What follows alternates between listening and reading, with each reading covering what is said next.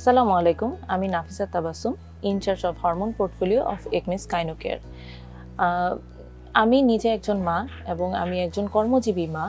তো ছোট বাচ্চাকে বাসায় রেখে যখন আমি অফিসে আসতাম তখন নিজেকে সবসময় মনে হতো যে একটি দৌড়ের উপর আছি।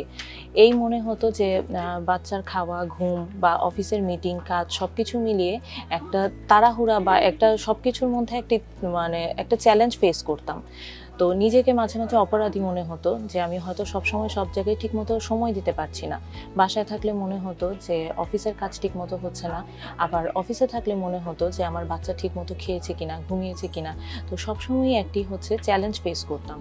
তো এমনও এরকম হয়েছে যে আমি খুব গুরুত্বপূর্ণ একটি মিটিংয়ে আছি, তখন হয়তো আমি শুনলাম যে আমার বেবি খুব অসুস্থ। তো এই সময়গুলো খুবই একটা চ্যালেঞ্জিং টাইম, বিশেষ করে যাদের বেবি ছোট তাদের জন্য। তো মা হিসেবে একটি কথাই বলবো যে এরকম চ্যালেঞ্জ সবসময় আসবে এবং বেবিরা বড় হলেও আসবে, ছোট থাকলেও আসবে, কিন্তু এই চ্যালেঞ্জ ফেস করেই আমাদের এই কর্মজীবী মায়েদের এগিয়ে যেতে হবে। এবং মা দিবসে সকল মায়েদের জন্য আরেকটি কথা বলবো যে মা হওয়া কোনো প্রতিবন্ধকতা না, মা হওয়া একটি শক্তি।